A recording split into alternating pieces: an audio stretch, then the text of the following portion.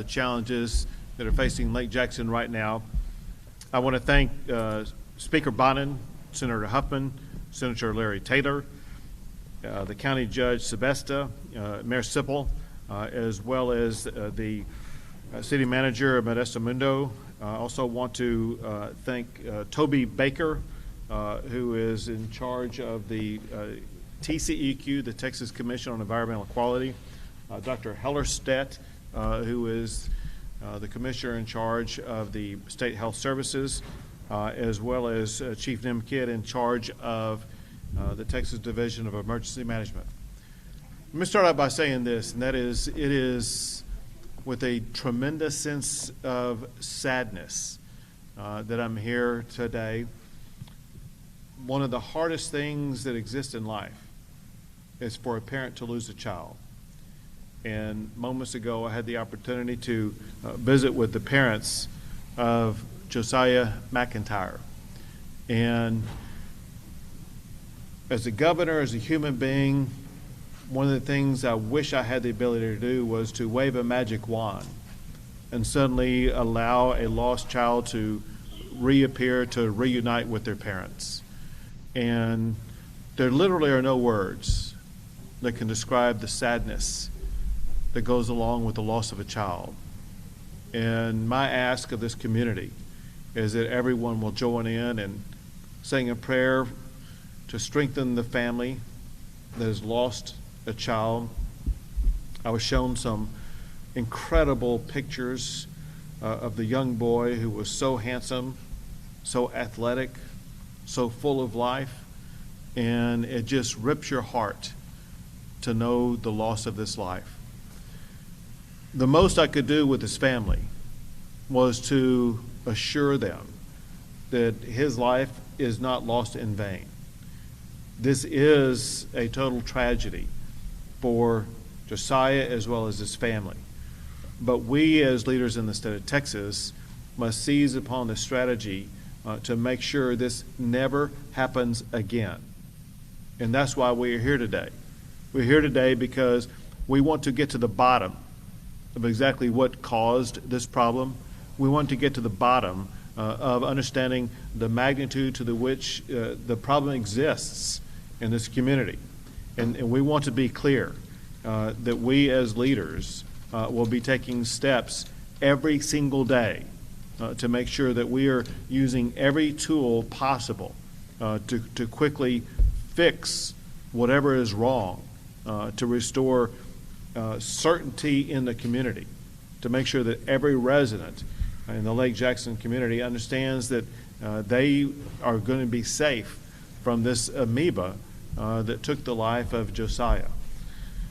So our goal is, first, having met with these leaders, having identified all the information, the status of where we are today, to make sure that we know exactly where this happened, exactly how it happened, to make sure that it is fixed as quickly as possible, and to make sure that it never happens again.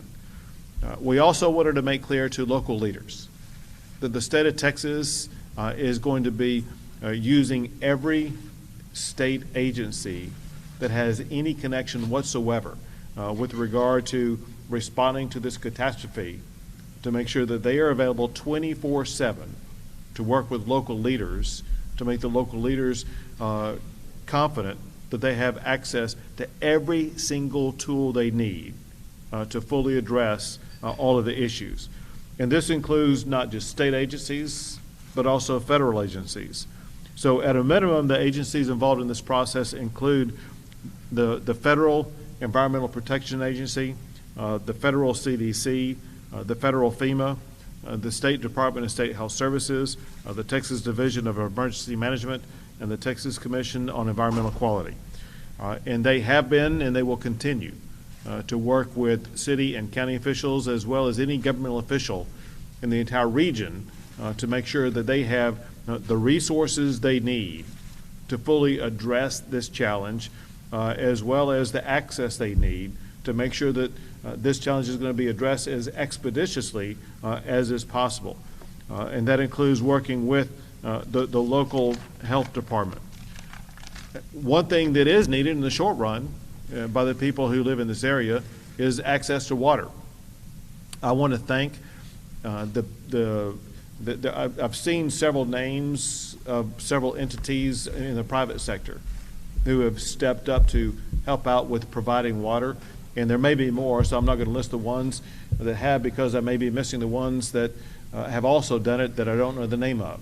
However, there are many private businesses that are stepping up to help this local community. And I want to thank them for stepping up to provide this water. This is at a time when COVID exists, when lives are already disrupted. The last thing these people in Lake Jackson need is to have this additional burden of not being able to have access to the water that they desperately need. And so for the private sector to step up and to provide that water, it was urgently needed, and extremely, we are extremely grateful for them stepping up and doing so. And so at this time, I'm going to pass it over to the state representative, who also happens to be Speaker of the House, who is the representative for this particular region. Thank you, Governor. Appreciate that introduction, because the Governor and I have been together frequently. But today, it's more personal than before. This is my community, and it means a lot to me to have the Governor here leading for our community. The first I learned of the significant challenge that we were dealing with was a call Friday night late from the Governor's office, directed by the Governor. Thank you for doing that. That is what I believe set off the deep dive to truly getting answers to what is going on here and what can we do to protect our citizens and deliver to them safe water. The Governor meeting with Josiah's mother and father and grandparents says a lot about who he is. I was touched to be a part of that visit. You can't bring Josiah back, but you can let his family know you love him and you support him. And his loss and their loss will not be in vain. And the Governor made it clear that that's why he's here today. You cannot replace a child. There is nothing more difficult that a family can go through. And I'm proud of our community wrapping their arms around Josiah's family. And we need to continue to do that. We're in a time when we want to talk about whose fault something is. But I will tell you, this is a rare occurrence. And those who are responsible are putting every bit of their energy and their heart into solving this problem. In a moment, you're going to hear from Modesto, the city manager of Lake Jackson. He's been city manager for all of about 3 weeks. I've known him a long time. He's a good man. And he's working day and night to restore the confidence in this water system. And I'd ask you to give this city the grace that you would give to Josiah and his family too, because we're in this together. And that's why the state leadership is here today. That's why these agencies are here and have been since the Governor's call to action Friday night late. We are in this together. And we need to right now get to the bottom of this, solve this, and support each other. And Governor, I thank you for being the leader to setting this off. And thank you for being in our community today.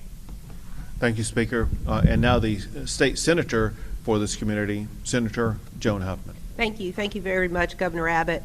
And of course, I want to start by offering my most heartfelt condolences to Josiah's family.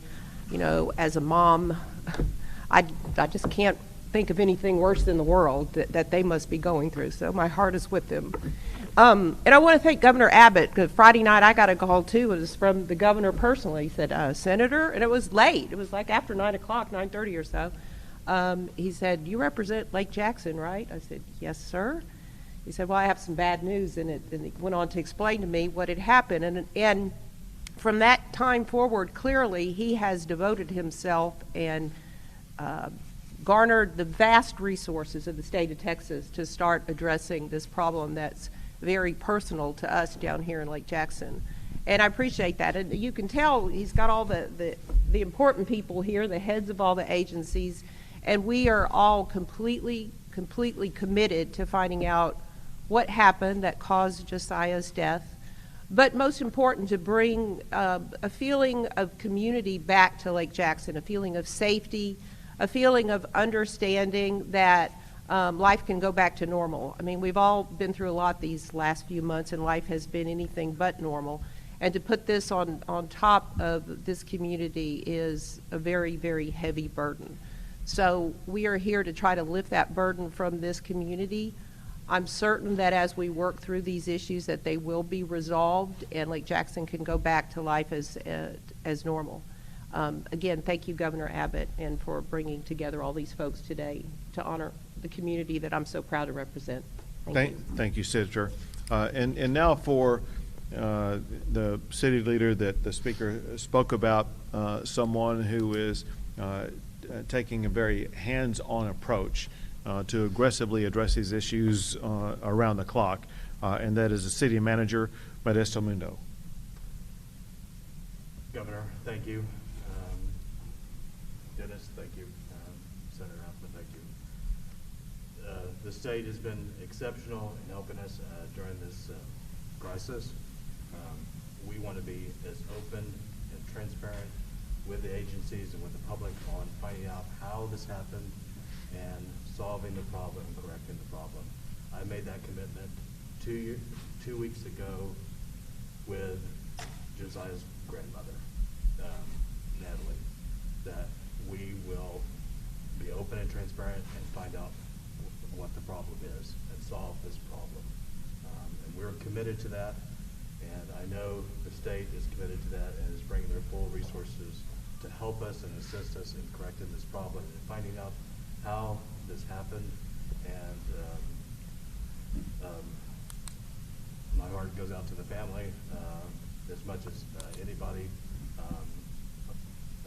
The grandmother is related to our family as well, and again, we've made that commitment to be transparent and to find out what the solutions are. Governor, thank you so much for all the help.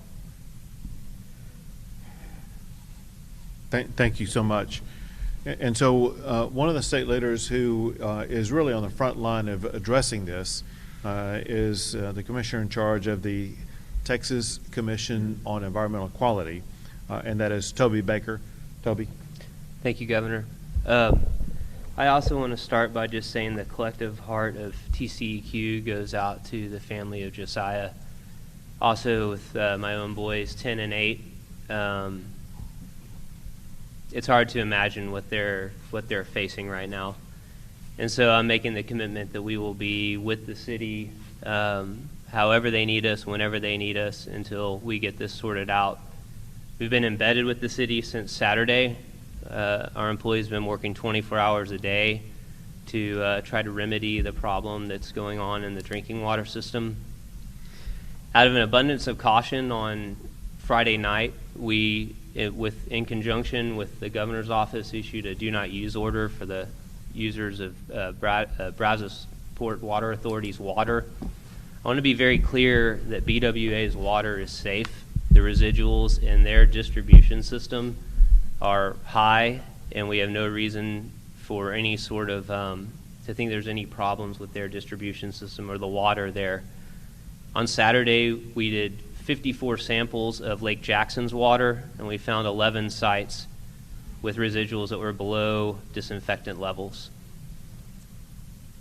That made us comfortable on focusing on the Lake Jackson city as the area of concern, and we now have a plan in place to move forward that came through lots of discussions with CDC, with our state partners in Louisiana. It's important to note that this amoeba is very, very rare. I don't believe we've ever had, to my knowledge, the amoeba show up in a public drinking water system in the state of Texas. The path forward for the citizens of Lake Jackson is not going to be one that's short.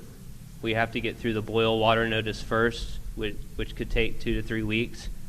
After that, we have to get chlorine levels to a state that can burn the entire system, scour the system, and kill the amoebas. That could take up to an additional 60 days. The CDC is going to be part of that process with us, and they've committed to come in and do testing on the backside to make sure that we've taken care of the problem. We also, at the same time, will be helping with cross-connection surveys to see if there are any places where unfiltered water is entering the water system that the city doesn't know about, and we will be assisting with that process as it moves forward. We will continue to work with the city, with local leaders, and we will do everything possible to get the citizens of Lake Jackson back in a state where they can trust the water that they're drinking, they can trust their system, and you have our full commitment to help do that. And thank you, Governor, for your leadership. Thank you. Well, this obviously is a public health issue, and as a result, we have the involvement of the Department of State Health Services and the Commissioner with us here today, Commissioner Dr. Hellerstedt. Thank you, Governor. I'm John Hellerstedt. I'm the Commissioner for the Texas Department of State Health Services.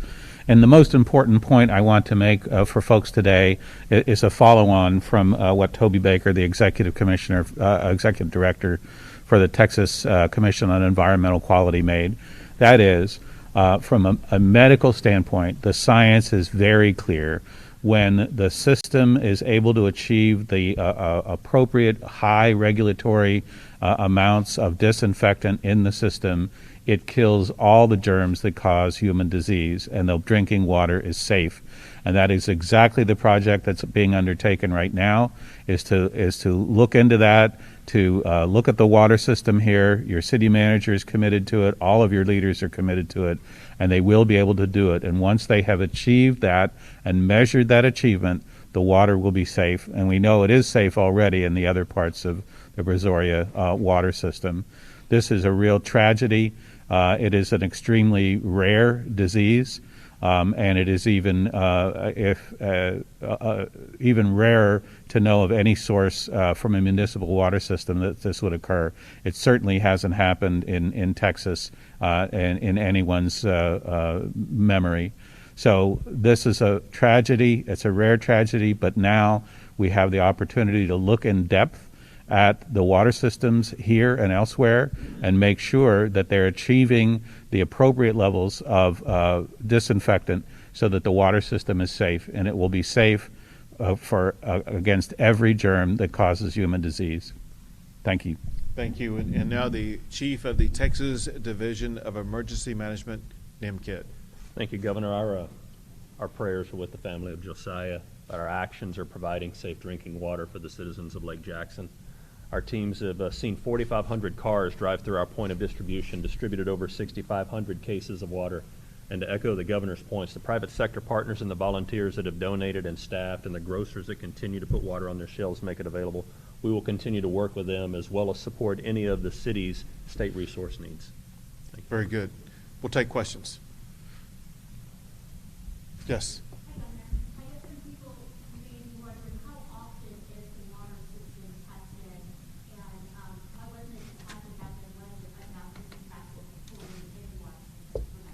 Sure.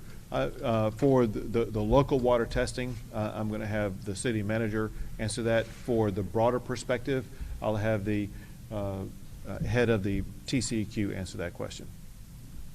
I believe we test the water monthly, I believe, and then we provide all of those results to the TCEQ. That's correct. We receive quarterly reports from the city that shows their residual levels, the disinfectant levels. We also then receive monthly reports as well showing the bacteria levels. The city does 30 bacteria samples per month. They're required to do that. And the interesting thing here, and one of the things we're going to get to the bottom of, is the residual samples that we have in our records show that there would be nothing of concern up until this point in the city. So we will definitely be investigating that further.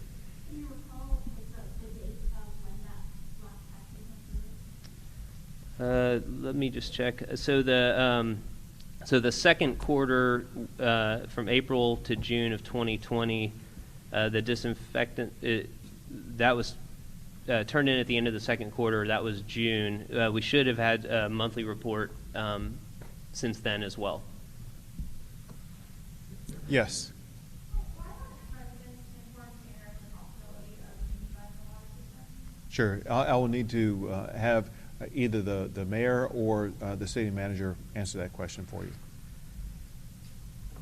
We found out on the 25th that there was a possibility of that it could be in the system after we received a positive test.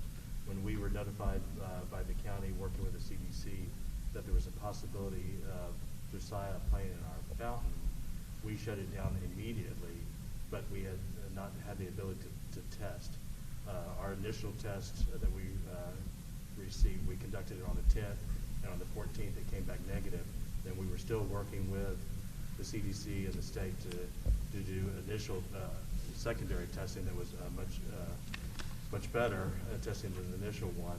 That collection was made on the 22nd. We received a positive result on the 25th, but it was more than I believe the family had several locations at their house tested. We had our splash pads tested, and also we tested a part of the distribution system, and then we had 3 positive tests. So on the 25th, we were aware of that, and that was we had those results with the DSHS and the CDC at the same time, and that started the chain reaction of notifying everyone. Sure. Due to this tragic incident, should Texas be testing every CD water supply that we have in the state? Because obviously this is going out there and people probably are thinking, should I be drinking this water if this is happening in Lake Jackson? Sure. It was kind of my understanding from what Toby, the head of the Texas Commission on Environmental Quality, that they get reports about water tests on an ongoing basis. So Yes, that's right, Governor. The disinfectant level in the system is an indicator as to whether there's an issue. So when we're getting those reports, or the city is taking their report, doing their samples, if the levels are high enough, there shouldn't be any issues. So there aren't specific tests for the amoeba. What we test are the actual disinfectant levels that are in the system, and if those are high enough, it should be protective. So and that does happen all across the state of Texas. Those sampling and those tests are happening across the state. So Right if now, there's no plan of testing anyone in particular just because of levels being low in any of the state locations. They are testing on a regular basis as part of their, if you're operating a public water system, you have to do ongoing and regular testing of those disinfectant levels. So that is happening on a regular basis. So the commissioner in charge of the Department of State Health Services would also like to add some information about that. Yes, I think to allay people's fears, especially about the amoeba itself, it is a very rare disease, and we know the only way that you can get it is to have that contaminated water go up your sinuses and basically then lodge there at the top of the sinuses and work its way from there through a membrane, if you will, a bony membrane that goes into the brain, and that's where the infection starts. There is no other way to get it. You cannot get that infection from drinking the water or merely showering in it or that sort of thing. You have to get it deep up your sinuses. And that's part of the reason why it's such a rare occurrence for that to happen. Yes. The CDC said a similar amoeba was found in Louisiana in 2013 in a community that had suffered some population loss after Hurricane Katrina and their water usage levels had dropped. I'm just curious if there's any indication that something similar happened here where maybe water usage levels in the area had dropped to a point where the amoeba was able to kind of grow and live. Toby or Dr. H? I mean, I think the investigation is ongoing. I think we'd have to work with the city to explore that idea, but there's at this point it's too early to speculate, I think, as to what caused it. Yvonne? Yeah, just looking at other communities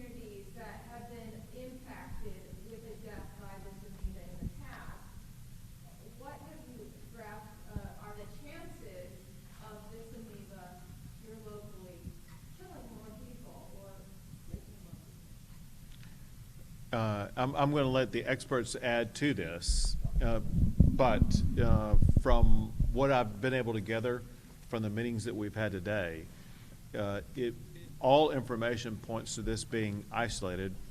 All information is that the treatments that are being provided immediately will allay any additional concerns. The immediate suspected cause of this was a splash pad that has now been shut down and non-operational. And so the concern about this being replicated is minimal. That's a layman's response based upon information I've been able to gather. A better response will come from people like Dr. Hellerstadt and maybe from Toby Baker. Governor, I would only add from a scientific standpoint that the risk is vanishingly small, which is the same thing as saying minimal. So you're absolutely right. You can never say zero, but really it's zero, because there's just not going to be a chance that the water is going to contain this amoeba in the public water system after they finish the kinds of remediation efforts that they put forward. So it's not going to be in the public water system.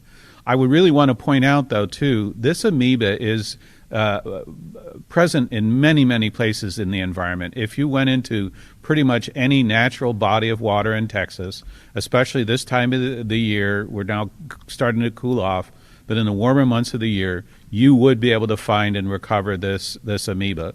And so the fact that even though it is in many, many places in Texas, in bodies of water that people swim in and have recreation in, but we see so few cases, that tells you that the mechanism of getting infected that I described is extremely unusual and extremely rare and difficult. This is a terrible tragedy that made something that was rare, and even vanishingly rare, actually happened.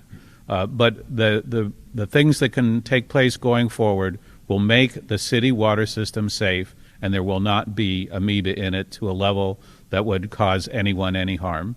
And I did have a follow-up question on when you get infected by it, do you have an ability to stop the infection before you die?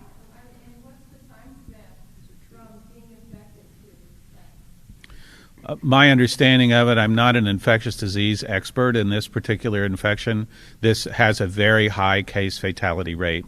So once people get infected, it is generally fatal. Sure. Right. Yes, I have a question from a local perspective, and I'd like the gentleman from TCEQ to take it. You mentioned that there were several, more than I have heard previously, tests done that surround BWA's distribution to cities. Were those done in other cities, or have there only at this point been tests done in Lake Jackson? We did residual samples in BWA because they're the distribution line that gets those other ones. CDC only did their testing in Lake Jackson, and so then we went to Lake Jackson and we did a very wide sampling. We put a very wide sampling protocol in place and found multiple places in the Lake Jackson system where the disinfectant was below state minimum levels. And so that pretty clearly to us showed us that that's where the issue is, and that's where CDC was focused as well. So that and that's where obviously Josiah was, we think, got the contracted the amoeba, and so we're confident that Lake Jackson is where the problem is. Last question. Yes, this is also for TCEQ. I was wondering, you mentioned kind of examining the cross connection to see if it's getting into the system from some other place. How long does that take, and is that really enough time? I'm kind of curious from the timeline you mentioned, 2 to 3 weeks oil notice, but is that really enough time to really do a thorough examination and then flush it out? So there's going to be 2 prongs that are going to have to happen. One is focused on the disinfectant side, and so that is 2 to 3 weeks to get through the boil water notice.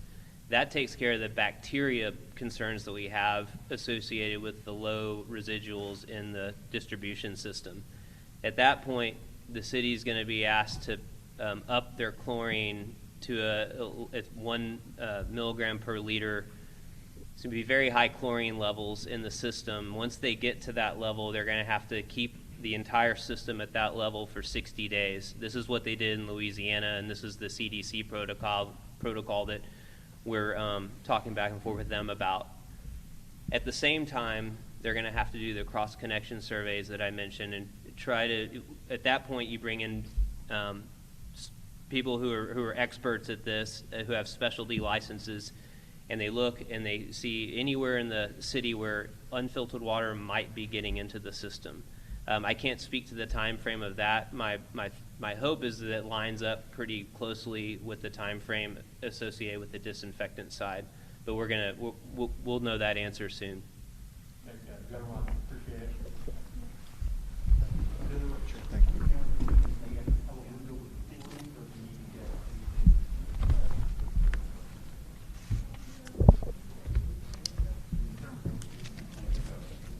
Thank you, guys.